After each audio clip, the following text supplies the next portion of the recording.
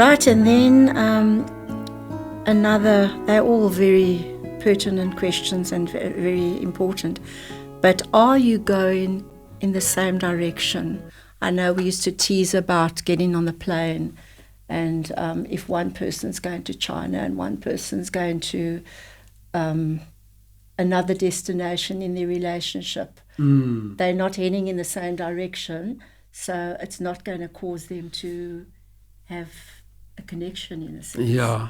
So maybe elaborate on that. Oh, on that analogy. Okay. All right. Yeah. No, the analogy is, if you're sitting at an airport and you're sitting in the airport lounge and you've got a ticket, as you say, let's say you're going to China, because you're going to go do some missionary work there, some very, good, noble sort of vacation somewhere. And that's why you're sitting in the, and you look across and you see this very, I'm going to assume I'm the female, you see this handsome gentleman sitting there. And you think, oh, this is a nice gentleman. Let me go sit, I've got some time. And you get there and you start chatting and you find I'm a little bit attracted to this guy and I like this conversation and where it's going to. But then, you discover that he's got a ticket to go to LA, and he's going to become an actor or something. He's got some totally different direction, It's very unlikely that you're going to put your ticket down and go, okay, let me just jump on the plane. But in relationships and that's what happens. People are going in, they've got their definite directions, they know where they want to go, and suddenly they meet this person and they'll just give it all up, they'll just give it all up. What happens then with that is the person that gives up the direction they wanted to go to and their dreams, they're just going to die internally, and they'll start to resent the other person, that I've given up all my dream for you, and the other person, believe me, you don't want to come home to a spouse who feels purposeless, who feels unfulfilled. You're going to have a very difficult time, and if they don't let you know it, you're going to experience their frustration and their unhappiness, So I think going in the same direction is important. And I'm not talking about the nitty-gritty and specifics, but just generally, this is our passion. This is where we're going to go to. So if we're going to build something together, we're going to do this, and we're going to support one. And there may be times where you've got to consider, okay, I'm going to support for a while, but don't give up on your dreams, and for the sake of just being in a relationship. Love isn't the only reason to get married. That's what I was going to ask you, because people say they're so in love, but you can love each other, but yet your paths are so different, and your beliefs are so different. Yeah. And it's not good enough to get married. Okay, then the next step, we're on step 9. Still got a few more to go. Is can we build stability? Okay. You want to talk a little bit about that? Yeah, we were actually chatting about this today, looking at ethics, work ethics. How do you handle your jobs? Do you go to work thinking, well, okay, I'm just going there because I'm getting a salary, so I'm going to do the minimal that I can, and that's it. And I think when we look at the way people handle life in general, that's exactly how they're going to treat a relationship. So if they respect what they do and they hold their jobs as valuable, that's the way they're going to treat their relationship. And then I think I mentioned this, find out if he's got a job or if she's got a job. Because it's wonderful to think that we can live on love alone. Doesn't work. And then together discussing maybe finances. What are you like as far as your finances go? Yeah. Is one person a spender? Is one person a saver? Because that's going to count heavily in your relationship, because you need to be on the same path. If not, you need to sit down and talk about that. Very seriously. Yeah. And I think also what's important in terms, so not only do they have work and how do they manage their finances, and but are they building their lives in a sustainable way? So some people are like, I'm chasing my dream, and they just go for it and they burn themselves out, and then they got nothing else. Their work consumes them, their job consumes them, their passion even might consume them, and they got no capacity for anything else in the relationship. So I think you've got to look at, are people managing that well, navigating, and because you want it to be sustainable. Yeah. So, and are they being stable in all of that? I think you also get these people that, guys and girls, jump from one job to another and like can never settle down, never sure of what they want to do, what they don't want to do. That's a red flag. And I think when you dating, it seems very sort of admirable in a sense, because the woman especially will think, he's got a spirit of adventure. But when that adventure becomes too adventurous and you don't settle down, then you need to look at it and think, well, this is not... Yeah, too much adventure now. Let's get some certainty. Too much adventure. Yeah. Okay, and then the inevitable is, how do we deal with conflict? Because conflict is something that's there to stay. And yeah. Well, we touched on it a little bit when we looked at communication. So I think the key thing here is you've got to ask yourself, can I handle conflict? Or do I just get so scared of it and I run away from it? And then what sometimes happens, because you're scared of conflict, you actually will silence your own needs, and you won't express what you need in this relationship, and your voice will just not exist in terms of the relationship, and you won't set boundaries. So you dealing with conflict and how you're dealing with it is very important. So that you have an assurance going forward that when we do disagree, as you say, which will happen, we can get through this. We don't fall apart. We don't run away from each other. Our anxiety levels stay pretty low. And I think the more you actually engage in that, the easier it becomes, and you realize that you can agree to disagree on many things. And it doesn't mean that we are not on the same page. It just means that we have our own opinions. Okay, then step number 11 is, do they know how to care for me? So you need to ask yourself that question. Okay, so in looking at that, does the male or female understand the priorities in your life?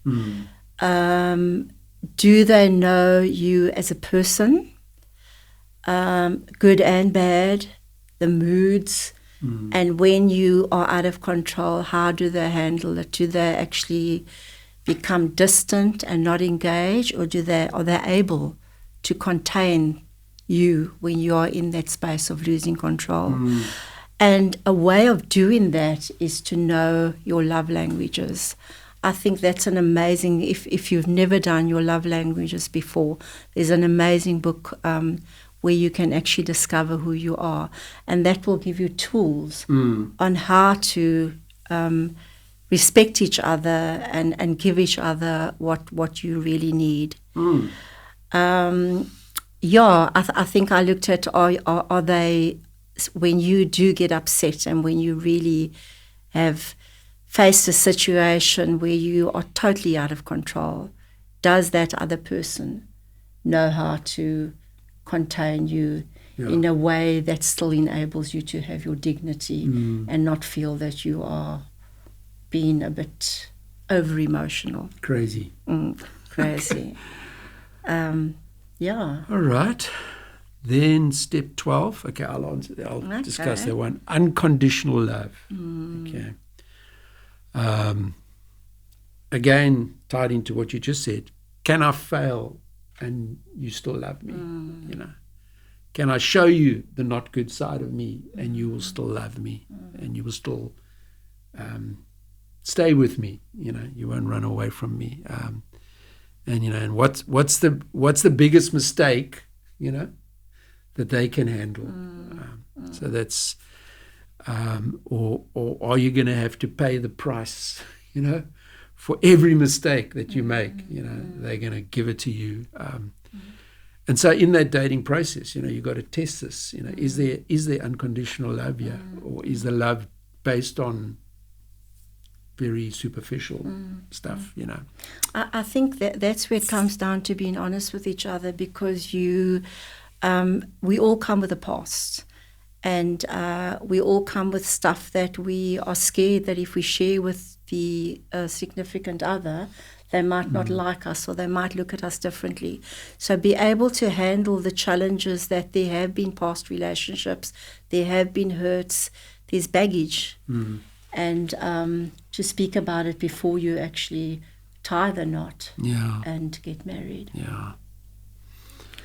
And then the last, actually not the last one, it's number 13. Very simple one, but I think every choice and decision you make, aim for win-win. Don't get into this, I got to always win and you got to lose. But aim for win-wins. And keep the other person's best interests at heart, and in mind. But when you say win-win, that you both come away feeling that you've won. Okay. And sometimes, I think we always think win-win. So coming back to communication, the goal of it is not about getting agreement. It's about understanding. And many times, in discussing something, you've got to give up maybe your solution, and they've got to give up their solution, but then you come up with a better solution. So, and that's a win-win, So it's not about, I'm going to hold on to what I believe should be, and I'm never going to let this go. Sometimes you've got to let it go for the sake of finding a better solution. And you both want to walk away saying, we've won, I've won and we've won. Okay. I think the we won is the greater goal, and look after each other's interest, or seek the best for each other. And that requires, even there, like with communication skills, you might need to learn negotiation skills. Yeah. And how do we manage conflict, and then the last step is a strange, if you listen, forever isn't long enough. Okay. So don't marry them if your dreams don't feel bigger in marriage. I think that's very powerful.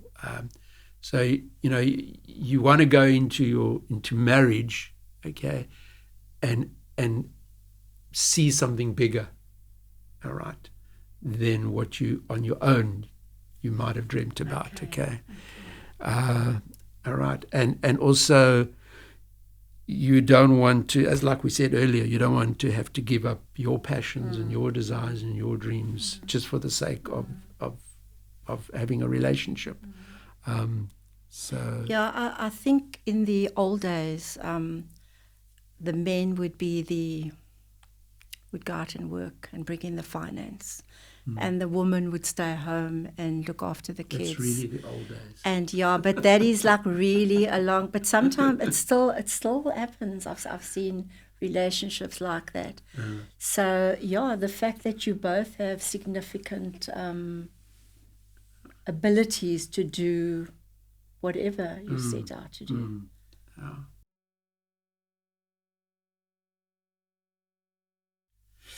So those are just not the only types of steps, but as I said, using the analogy of the ladder, those are steps that you need to take as you're going through the dating process. And it's really questions you need to ask yourself and you need to ask of each other and see where things are at.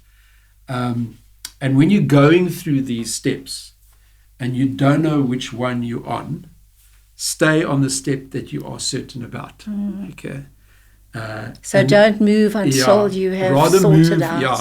So if step 2 you can't really honestly answer and they can't, and you still then stay at steps 2. Okay. And again, coming back to the initial statement, why must you stay on that step and not go any further? Is you never want your intimacy level. Okay, and there's different types of intimacy. It's not only about physical intimacy, but you just don't want that intimacy level to increase and go beyond the questions that you have and that you still want answered. And I think that's in today's culture, it just, everybody goes for the end goal. And they want to experience all the physical, the emotional, the intellect, all those other types. They want to experience all that intimacy, but there's some questions that they have, and they'll justify not getting answers to those questions just for the sake of experiencing some level of intimacy, because we are created as beings that need intimacy. So, so it's a legitimate need, but if it's nothing else you take away from tonight, don't take any steps, or don't go beyond the level of intimacy. If you can't, if you don't feel safe and you don't feel I can trust this person at this level, okay. And know that life's a journey, and that we are all students, if you can call it, on this journey where we constantly learning. We're never going to arrive. There's always going to be obstacles that we're going to be facing. And as we go through different stages in our life, maybe the challenges will get more intense. But to talk about it, to communicate, and to let the other know your needs. Important. So those are just some steps that hopefully, if you are thinking of entering the dating process, or you are in the dating process, and it doesn't matter where you find yourself at this stage, just look at these questions and ask yourself these questions and ask it of each other. And even if you having now to ask these questions and suddenly, whoops, there's some red flags and you're getting anxious about it, and you maybe have gone beyond the level of trust that you should have, then just stop. I think it's good that at this point you feel that pressure of getting those things answered and resolved before you move on, because it's all part of building trust. You don't want to find out all these red flags after, and then now trust gets broken.